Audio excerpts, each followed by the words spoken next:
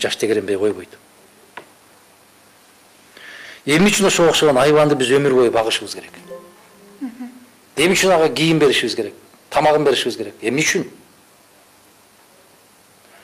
Же болбосо жанакы 3 жашар, 5 жашар кыздарды, балдарды зороктогон айбандарды эмне үчүн биз өмүр бою багышыбыз керек? Алардын баарынан жок. Алар коомго эч качан пайда алып келбейт. Өзүнүн энесин өлтүрүп кетип баратат, өзүнүн атасын өлтүрүп кетип баратат. Алар коомго жакшылык кылабы? Мына ушундай кылмыштарга биз коркпой эле киргизишибиз керек. Европа эмне дейт? Европаң менен эмне жумушуң бар сен? Европаң менен кандай жумушуң бар сен?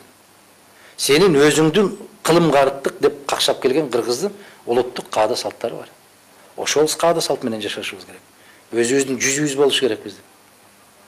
Өзгөчөлүгүбүз болуш керек.